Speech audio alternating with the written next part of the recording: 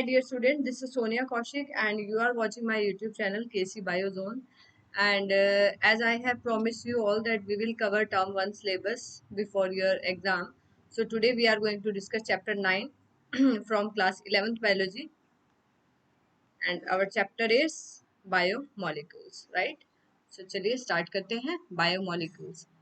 बेटा देखिए हम सभी ने अभी तक पढ़ा है कि cell is the basic unit of life, ठीक है ना। Cell is the structure and function unit of life, और सेल से आपने पढ़ा है कि टिश्यू बनते हैं, एंड टिश्यू से आप सभी ने पढ़ा है ऑर्गन, ऑर्गन से फिर आपने पढ़ा है अगर मल्टीपल ऑर्गन हो तो ऑर्गन सिस्टम, राइट? यही पढ़ा है ना सभी ने। But have you ever think कि this cell is also made up of some organic or inorganic structures, you can say. So that structures, that molecules are called biomolecules. Bio मतलब living, ठीक है ना, molecules. ऐसे molecules जिससे living organism बने हैं तो उनको हम biomolecules बोल सकते हैं, ठीक है। And these may be regarded as micromolecules. इनमें हम micromolecules भी बोल सकते हैं. And we can also discuss macromolecules. Macromolecules, right? अब माइक्रोमोलिक्यूल और मैक्रोमोलिक्यूल क्या है देखिए। माइक्रोमोलिक्यूल्स में we can talk about amino acids, amino acids. अब उस अमीनो एसिड्स के जुड़ने से क्या बनेगा? प्रोटीन, तो प्रोटीन में भी regarded as macromolecule. Then if we talk about simple nucleotides, nucleotides, so that will come in the category of micromolecule. और न्यूक्लियोटाइड जब फॉस्फोडाइस्टर बॉन्ड से जुड़ते हैं, जैसे अमीनो एसिड पेप्टाइड बॉन्ड से जुड़ते हैं तो प्रोटीन बनता है, न्यूक्लियोटाइड फॉस्फोडाइस्टर बॉन्ड से जुड़ता है तो क्या बनता है? Nucleic acids, nucleic acids. ऐसे ही अगर हम सिंपल शुगर्स की बात करें, मोनोसेक्राइड्स की बात करें, मोनोसेक्राइड्स की बात करें, ठीक है, मोनोसेक्राइड्स की बात करें, जैसे कि ग्लूकोज, तो इससे बनते हैं पॉलीसेकेराइड्स। क्या बनते हैं? पॉलीसेकेराइड्स, ठीक है, मतलब कॉम्प्लेक्स शुगर्स हम बोल सकते हैं। So in this way the living organisms are made up of micromolecules and macromolecules. One more important thing, lipid.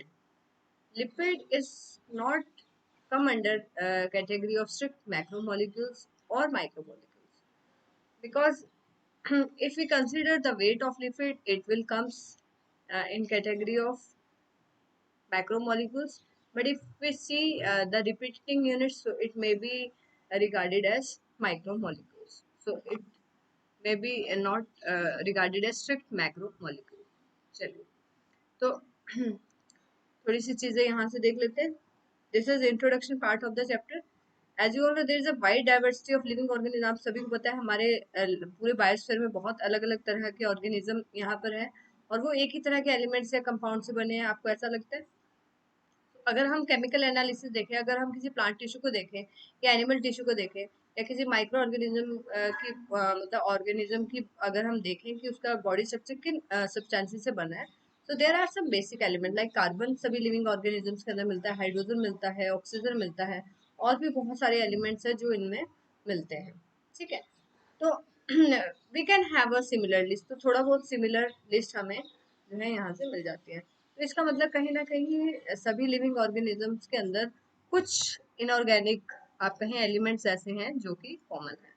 In this chapter we are going to discuss the chemical composition of the living organism, then primary secondary metabolites, bio macromolecules जिनको macromolecules भी बोल सकते हैं, proteins, polysaccharides, nucleic acids, structure of protein, nature of bond linking monomer in polymer, and dynamic state of body constituents, that having the concept of metabolism, then metabolic basis of living and living state enzymes. तो ये सभी topics हम इस chapter में discuss करेंगे. So this is lecture number 1. आज lecture number 1 है. So let's see up to which topic we will cover today, ठीक है. In next topic you can see in our upcoming videos. चलिए तो सबसे पहले देखते हैं कि लिविंग ऑर्गेनिज्म का केमिकल कंपोजिशन क्या है, ठीक है. केमिकल कंपोजिशन क्या है? So for that we can take any piece of living tissue.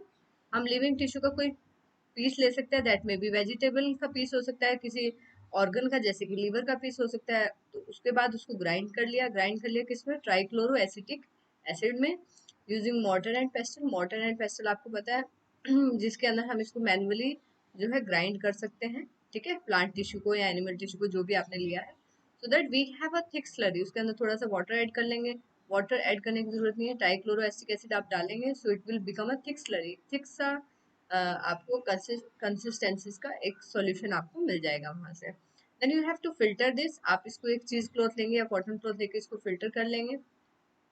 So we you will see two types of you can see two types of material there. One is lipid soluble, sorry acid soluble, and other is acid insoluble. जब आप इसको filter करेंगे तो आपको दो तरह के substances यहाँ से मिलेंगे, one will be acid soluble and other will be acid insoluble. तो अगर हम देखें बेटा एसिड सोल्यूबल सब्सटेंसेस की अगर हम बात करें, तो जो एसिड सोल्यूबल पार्ट इसके अंदर रहेगा that may be regarded as micromolecules and acid insoluble जो पार्ट रहेगा that may be regarded as macromolecule. चलिए देखते हैं कि किस तरह के लिविंग और नॉन लिविंग दोनों ही तरह के सब्सटेंसेस के अंदर किस तरह के कंपोनेंट्स जो है कॉमन है। तो देखिए hydrogen we can see in the earth crust, हम अपने अर्थ क्रस्ट में भी देख सकते हैं, ठीक है, different you can say layers of our earth, तो वहां पर भी हाइड्रोजन मिलेगी आपको, ह्यूमन बॉडी में भी मिलेंगे। So you can see the difference. Like silicon is present in earth crust, that is 27.7% in living organism. It's negligible, ना के बराबर है, ठीक है। Then you can see oxygen in our earth crust is 46.6 and oxygen uh, comparatively in human body is more. As you know, oxygen is used as you can say main um, gaseous state that is responsible for respiration, ठीक है। Food substances के oxidation के लिए जो चाहिए gas that is more important, that is oxygen. चलिए तो उसके बाद हम बात करते हैं कि और अलग और तरीके से अगर हम बात करें, क्या और कोई तरीका भी है जिस तरीके से हम ये बायोमोलिक्यूल्स को डिफरेंशिएट कर सकते हैं। So like we have to talk about now dry weight of a substance, ठीक है, आपको ड्राई वेट कई बार आएगा, so what is dry weight और वेट वेट क्या है। Dry weight and wet weight, see if we have a leaf, अगर हमारे पास एक लीफ है, right, if we have a leaf, अगर हमारे हमारे पास एक लीफ है, एक फ्रेशली प्लग्ड लीफ है हमारे पास, हमने उसका वेट किया, उसके अंदर वाटर कंटेंट भी है, तो वो वेट कैसा आएगा, wet weight. Now this leaf is dried, अब इस लीफ को ड्राई कर लिया, अगर आपने सन में रख दिया इसको या अवन में आपने इसको रख के इसका डिहाइड्रेट कर दिया, अब इसका जो वेट आएगा without water without any moisture that is dry weight. Got it, समझ आ गया। चलिए आगे बात करते हैं। So you can easily understand now what is the dry weight of the substance and what is the wet weight of the substance. So you can see if we see most of the living matter if burnt, अगर हम किसी भी living material को may be plant body that may be animal body अगर हम जला देते हैं, so what will we have, ashes, ashes राख मिलती है हमें, तो उसके अंदर क्या चीजें होती है बच्चों, उसके अंदर सबसे ज्यादा एलिमेंट्स जो इनऑर्गेनिक है that may be calcium magnesium, और इनऑर्गेनिक कंपाउंड्स भी उसके अंदर होंगे, sulphate phosphate, that means these are in acid soluble fraction, ये सारे एसिड सोल्यूबल फ्रैक्शन में होंगे। और इसके अलावा कोई और अगर एलिमेंट्स की बात करें तो हाइड्रोजन ऑक्सीजन क्लोरीन कार्बन ये सब भी हमें लिविंग ऑर्गेनिजम्स के अंदर मिलते हैं। केमिस्ट्री पॉइंट ऑफ व्यू से बात करें तो बहुत सारे फंक्शनल ग्रुप्स हैं जैसे कि एल्डिहाइड, कीटोन, एरोमेटिक कंपाउंड्स, ये भी आपको देखने में मिल सकते हैं। और अगर हम बायोलॉजिकल पॉइंट ऑफ व्यू से बात करें तो हमें किस तरह के स्ट्रक्चर्स मिलेंगे, माइक्रोमोलिक्यूल्स मिलेंगे, अमीनो एसिड, न्यूक्लियोटाइड, बेसिस या फैटी एसिड्स, ठीक है। Amino acid will helps to form protein, nucleotide will help to form DNA, RNA, fatty acids will help to form lipids, ठीक है। चलिए अमीनो एसिड्स की बात करते हैं। अमीनो एसिड्स की जब हम बात करेंगे तो बेसिक स्ट्रक्चर्स आप इसका देख लीजिए, अल्फा कार्बन से बने, दिस इज अल्फा कार्बन, यहाँ पे एक साइड में इसमें क्योंकि एसिड है तो कार्बोक्सिलिक ग्रुप लगा है, दिस इज आर ग्रुप जो कि चेंज हो सकता है, यहाँ पे क्या होगा बेटा इसके, वन होगा amino group NH2 and one is H, so this is alpha carbon, इसको हम अल्फा कार्बन कहेंगे। You can see the basic structure of amino acid, this is the basic structure of amino acid, right? And this carbon is called alpha carbon. This R is variable. ये R change होगा. R will be variable here. Like you can see here, amino group को you can write it as NH2 or NH3 like that. NH2 लिख सकते हैं, NH3 लिख सकते हैं, no problem. Then this is zwitterion form, very very important. Before coming to the zwitterion form, हम पहले discuss कर लेते हैं स्टूडेंट थोड़ा सा फंक्शनल ग्रुप्स के बारे में. लाइक आपको पता है कि हमारे पास अमीनो ग्रुप भी है एसिड के अंदर. इन एसिड्स, अमीनो एसिड्स की बात करेंगे जिनसे प्रोटीन बनते हैं. अमीनो एसिड्स के अंदर वी हैव अमीनो ग्रुप भी है and we have carboxyl group भी है. ठीक है, अमीनो ग्रुप भी है हमारे पास, कार्बोक्सिल ग्रुप भी है. तो अगर कार्बोक्सिल ग्रुप की बात करें बच्चों तो दे आर एसिडिक. अगर कार्बोक्सिल ग्रुप एक से ज्यादा है तो वो एसिडिक अमीनो एसिड होंगे. एसिडिक अमीनो एसिड के एग्जांपल जैसे कि ग्लूटामिक एसिड, एस्पार्टिक एसिड भी आप ले सकते हैं. Basic amino acid lysine, neutral amino acid valine. So make sure that you have to remember this amino acid which one is acidic. Aromatic amino acid होते हैं बच्चों जिसके अंदर बेंजीन रिंग प्रेजेंट होती है. 6 carbon ring benzene ring present होती है. तो that are aromatic amino acid. तो इसमें आएंगे टायरोसिन, फिनाइलएलानाइन, ट्रिप्टोफैन. ठीक है, चलिए उसके बाद हम बात करते हैं बेटा ये जो यहाँ पर फंक्शनल ग्रुप लगे हैं दैट इज अमीनो ग्रुप या कार्बोक्सिल जो ग्रुप है that may be ionisable in different pH solution. ठीक है, अलग अलग पीएच पे ये आयनाइज हो सकते हैं. लाइक अगर आप स्ट्रक्चर में देखें यहाँ पर you can see a structure where this hydrogen from here. जैसे अभी मैंने आपको कहा था अगर यहाँ पर हम NH2 लेते हैं, अगर हमारे पास यहाँ पर NH2 है और ये H अगर रिमूव हो गया, ठीक है, देर इज, आप यहाँ ध्यान से देखेंगे, let me change the colour. Suppose this is NH2 here, ये H यहाँ पर ट्रांसफर हो गया. Now it will become NH3 and क्योंकि इसने यहाँ से ले लिया एक तो इट विल बिकम पॉजिटिव. ठीक है, और क्योंकि इसने अपना लूज किया है एक प्रोटॉन तो यहाँ पे क्या आ जाएगा नेगेटिव. तो इस तरह से जो हाइड्रोजन या प्रोटॉन का जो ट्रांसफर है it will make the structure of amino acid having charges positive and negative. Amino group पे पॉजिटिव चार्ज आ जाएगा, कार्बोक्सिल ग्रुप पे कैसा चार्ज आ जाएगा नेगेटिव. कुछ इस तरह की set and this will be in equilibrium. अगर अगेन ये पोजीशन चेंज हो जाती है हाइड्रोजन की again this condition will come. और यहाँ देख सकते हैं कार्बोक्सिल पे नेगेटिव, मतलब ऐसा भी हो सकता है कि only positive charge is there या only negative charge is there and then intermediate stage में भी देयर. तो इस स्टेज को, ये जो बी स्टेज है this is called zwitterion form. ये काफी बार एग्जाम्स में कॉम्पिटिशन में पूछ लिया जाता है व्हाट इज द ज्विटराइन फॉर्म, जहाँ पे पॉजिटिव और नेगेटिव दोनों ही चार्जेस प्रेजेंट होंगे अमीनो एसिड के स्ट्रक्चर में, दैट इज ज्विटराइन फॉर्म. चलिए अब हम बात करें लिपिड की. लिपिड्स की अगर हम बात करें तो ये ज्यादातर वाटर इनसोल्यूबल है. Lipids are water insoluble. For example अब मैंने आपसे कहा कि अमीनो एसिड के स्ट्रक्चर के अंदर there will be R group. ठीक है, मैंने आपको कहा कि यहाँ पे अमीनो ग्रुप है, यहाँ पे कार्बोक्सिल ग्रुप है and there is R group जो कि चेंज होता रहेगा और यहाँ पे क्या है H. ये आर ग्रुप यहाँ पे चेंज होगा.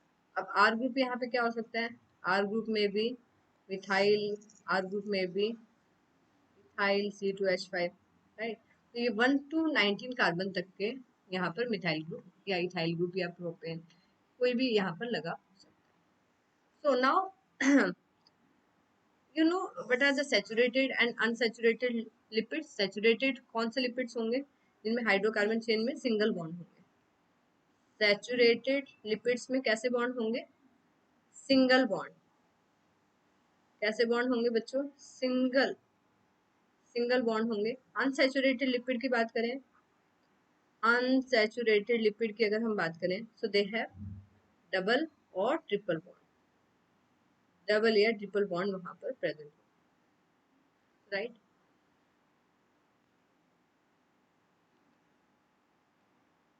तो लिपिड के अंदर कौन कौन से ग्रुप है, there may be glycerol and fatty acid, दोनों ही यहाँ पर होंगे.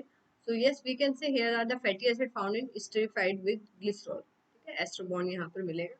Monoglyceride, diglyceride, triglyceride, all these are forms of lipid. ठीक है, इनको हम फैट्स भी बोल सकते हैं, oil based and they are oil based compounds that have low melting point and a lower melting point in an oil is gingerly oil, very important for MCQ, that remain in oil form in winter as well. ठीक है, सर्दी में भी ये जमता नहीं है. Next हम बात करेंगे बेटा कुछ लिपिड्स में फॉस्फोरस प्रेजेंट होता है, लाइक हमारी सेल मेम्ब्रेन के अंदर. सेल मेम्ब्रेन के अंदर जो लिपिड प्रेजेंट है दैट आर फॉस्फोलिपिड. उसमें lipid phosphate group is also associated. ठीक है, and one example is lecithin. Lecithin हमारे न्यूरल टिश्यूज में प्रेजेंट होता है लिपिड, और इसका कॉम्प्लेक्स स्ट्रक्चर है. लिविंग ऑर्गेनिजम्स की अगर हम बात करें तो लिविंग ऑर्गेनिज्म में हेट्रोसाइक्लिक अलग अलग तरह की कॉम्प्लेक्स रिंग्स प्रेजेंट है, लाइक नाइट्रोजनस बेसिस में अगर आप एडेनिन ग्वानिन जो कि प्यूरिन्स है, साइटोसिन यूरासिल थाइमिन जो कि पैरामिडिन्स है, तो अलग अलग तरह की आप इसमें रिंग्स देख सकते हैं. Next we will talk about nucleotides. Nucleotide that are the basic units of DNA जिससे हमारे न्यूक्लिक एसिड बने होते हैं. So nucleotides basically have three constituent parts. One is nitrogenous base, very important, note it down. One is nitrogenous base. Second is ribose sugar, and third is phosphate bond. Phosphate, all right. Nitrogenous bases are of two types: purines and pyrimidine. Purines may be of two types: adenine and guanine. Pyrimidines of two types: thymine, cytosine. In RNA,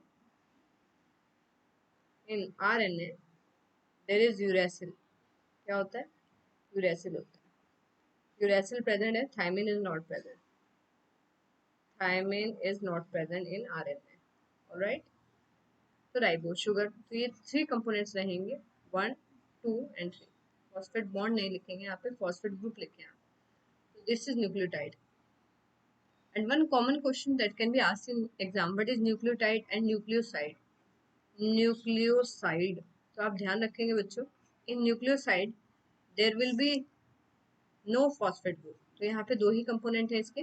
one is nitrogenous basis, nitrogenous base, and one is ribose sugar, ribose sugar. ठीक है, phosphate group is not present. जो third component था phosphate group, that is not present है. ठीक है, phosphate group यहाँ पर नहीं है, नहीं होता है. दो ही कंपोनेंट है. This is nucleotide. लेकिन हमारे डीएनए आरएनए में क्या प्रेजेंट होता है?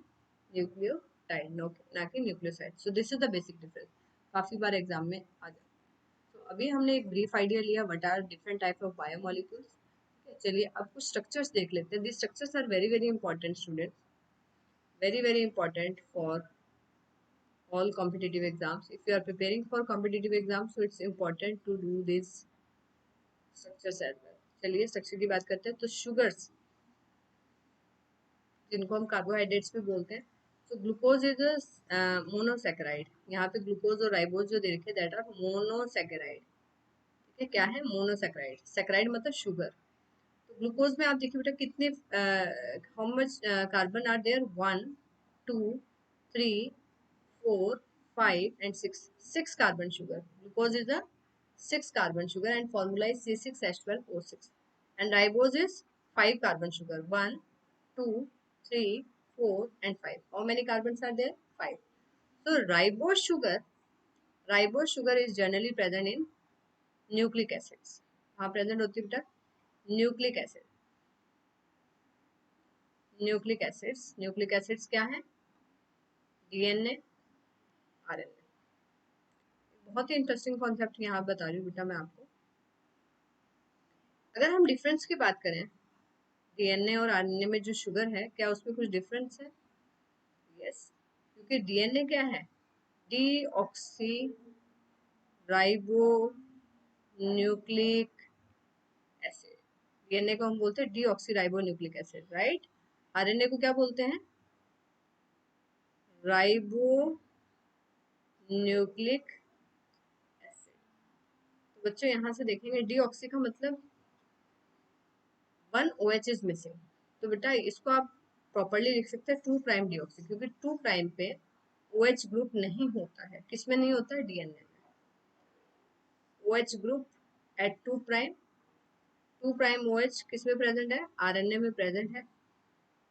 2 प्राइम OH एब्सेंट कहाँ है? डीएनए में। डीएनए में note it down, very very important, 2 prime OH is not present in DNA, but in RNA 2 prime OH is present, and this 2 prime OH make RNA reactive. This is RNA is very reactive. RNA is very reactive, you can say, and you can say very catalytic, and catalytic in nature. Catalytic, that is because of 2 prime OH, because 2 prime OH, 2 prime OH group make it reactive or catalytic in nature. All right. So this is, so DNA को deoxyribonucleic acid की जगह we can say 2 prime deoxyribonucleic acid. RNA is simply ribonucleic acid. So I hope कि carbohydrates का topic आपको समझ आया है। Next coming to the structure of amino acids. देखिए बच्चों, हमने बेसिक अमीनो एसिड के स्ट्रक्चर में किया, देयर इज अल्फा कार्बन वहां पर होता है, ठीक है, और चारों तरफ जो ग्रुप्स लगे हैं दे आर डिफरेंट, ठीक है ना, आर ग्रुप डिफरेंट है। चलिए बात करते हैं अलग अलग स्ट्रक्चर्स की। Let's come to the topic of amino acids. Amino acids की बात करेंगे बच्चों, तो देखिए ग्लाइसिन, ग्लाइसिन में देखो आर ग्रुप भी क्या है? आर ग्रुप भी यहाँ पे H ही है, आर ग्रुप भी क्या है? H है। So this is the most simplest amino acid, most simplest amino acid. सबसे सिंपल अमीनो एसिड कौन सा है? ग्लाइसिन। एलानिन में कौन सा आर ग्रुप? आर ग्रुप क्या है बेटा यहाँ पे? एलानिन के अंदर, एलानिन में याद रखेंगे R group is CH3, methane group है, बाकी सब सेम है। This is same, this is same, this is same, and this is same. Only R group is different. R group क्योंकि H है तो glycine will be most simplest amino acid. Alanine में कौन सा ग्रुप है? CH3। Serine की बात करें, सीरीन में कौन सा ग्रुप है बच्चों? CH2OH, right? So these are the amino acid which will form proteins or polypeptides. Which type of bond is present in sugar? Sugars में कैसा bond present है बच्चों? मैंने अभी अभी आपको बताया था। यहाँ पे हम बात कर सकते हैं ग्लाइकोसिडिक बॉन्ड की।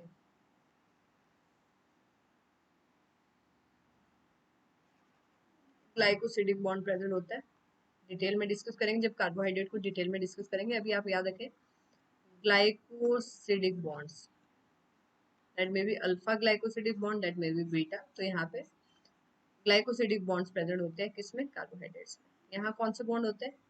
Peptide bond. Peptide bonds are present in amino acids to form polypeptide. चलिए बात करते हैं लिपिड्स की एंड फैट्स की। Most common structure is glycerol. Glycerol में देखिए आप CH3 कार्बन शुगर है, सॉरी 3 कार्बन स्ट्रक्चर है, शुगर नहीं कहेंगे, 3 carbon structure CH2OH, CHOH, CH2OH। Got it. चलिए फैटी एसिड में देखिए एसिड है तो एक कार्बोक्सिल ग्रुप जरूर लगा होगा, तो दिस इज पाल्मेटिक एसिड, जहां पर कितने कार्बन आपको दिखाई दे रहे हैं? 14, 15 एंड 16, 16 कार्बन आपको पाल्मेटिक एसिड के अंदर दिखाई दे रहे हैं। And the structure is CH3, CH2 की लंबी चेन है, 14 ग्रुप्स ऐसे लगे होंगे, and COH, this is functional group, this is palmitic acid. अगर इस ग्लिसरॉल के स्ट्रक्चर को ही मॉडिफाई किया जाए और इसके डेरिवेटिव्स की बात करें, तो triglycerides are basically derivatives of glycerol. Derivative जो इसी के स्ट्रक्चर से बने हैं, देखिए CH2 CH CH, this is the common chain taken from glycerol. और यहाँ पर देखिए ये जो तीनों ग्रुप हैं OH OH and OH, these three are changed. So here R1 R2 R3, three R groups are there. So one is, this is common, you can see R C double bond OR, this is common, okay, सिर्फ R group ही यहाँ पर difference होगा। This is basically the structure of triglyceride. Phospholipid, देखिए again the structure of glycerol is same, this is again derivative of glycerol, the basic common structure is derivative, तो ये common structure है। यहाँ पे भी 3 R group है, 1 2 and 3। Difference देखिए बच्चों, यहाँ पर यहाँ पर आप ये डिफरेंस आपको मेन नजर आ रहा है। यहाँ पे फॉस्फेट ग्रुप लगा है PO4, यहाँ पे CH2, फिर then CH2 again and then again three methyl groups are there. So this is phospholipid that is present in cell membranes. Cell membranes, हमारी सेल मेम्ब्रेन या प्लाज्मा मेम्ब्रेन फोस्फोलिपिड से ही बनी है, that is also called lactic. This is cyclic structure plus cholesterol and that is also present in membrane. ये हमारी membranes को strength provide करता है, तो मेम्ब्रेन्स में भी प्रेजेंट है। और कोलेस्ट्रॉल बेटा हमारे स्टेरॉयडल हार्मोन जो है, जैसे इस्ट्रोजन प्रोजेस्टेरोन फीमेल्स के अंदर, टेस्टोस्टेरोन मेल के अंदर, steroidal steroidal hormone steroidal hormones जो है, ठीक है, मेल सेक्स हार्मोन या फिर फीमेल सेक्स हार्मोन।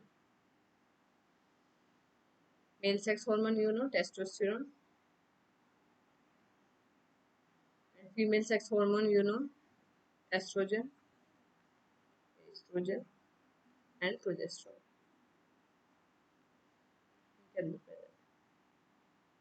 चलिए, these are the structure of nucleosides. This is the structure of nucleotide. This is the basic unit of nucleic acids. Nucleic acid. And you know which type of bond are present? That is phosphodiester bond. Phosphodiester bond. ठीक है, तो glycosidic bond carbohydrates में, peptide bond proteins के अंदर, और यहाँ पर हम बात करेंगे phosphodiester bond. So you can see the structure of purine here. This is purine, double ring structure. कैसा structure है? Double ring. And this is pyrimidine. Pyrimidine. And you can see single ring structure. ठीक है? Double bond O, ketone group, double bond O. And NH, NH. So you can see the structure. This is again adenine. चलिए, अब हम बात करते हैं nucleosides की। This is nucleotide. देखिए मैंने आपको कहा था, if nitrogenous base is present, ribose sugar is present, ribose sugar, nitrogenous base and phosphate group, ये तीनों चीजें अगर प्रेजेंट होंगी तो क्या कहलाएगा? न्यूक्लियोटाइड। लेकिन अगर फॉस्फेट ग्रुप एब्सेंट है, देखिए nitrogenous base is present, ribose sugar present, but phosphate group is not present, phosphate group not present, so this is for nucleoside। ये न्यूक्लियोसाइड कहलाएगा बच्चों। नाइट्रोजनस बेस है, शुगर है, लेकिन फॉस्फेट नहीं है, so this is nucleoside. So this is the basic difference between nucleoside and nucleotide, right? So this is all about the basic introduction of the chapter biomolecules। तो इस chapter में बच्चों हम लोग प्राइमरी सेकेंडरी मेटाबोलाइट करेंगे lecture number 2 में, और then we will start macromolecules, जिसमें हम प्रोटीन्स, पॉलीसेकेराइड, न्यूक्लिक एसिड्स, इन तीनों को डिटेल में डिस्कस करेंगे। And moreover we will discuss the structure of proteins और किस तरह के बॉन्ड्स जो हैं प्रेजेंट हैं, ये सब चीज़ें हम करेंगे। एंजाइम्स को भी डिटेल में डिस्कस करेंगे। So this is all about lecture 1. I hope you like this video. If you like this video, please hit the like, share and subscribe button so that you can watch more and more videos. Goodbye everyone.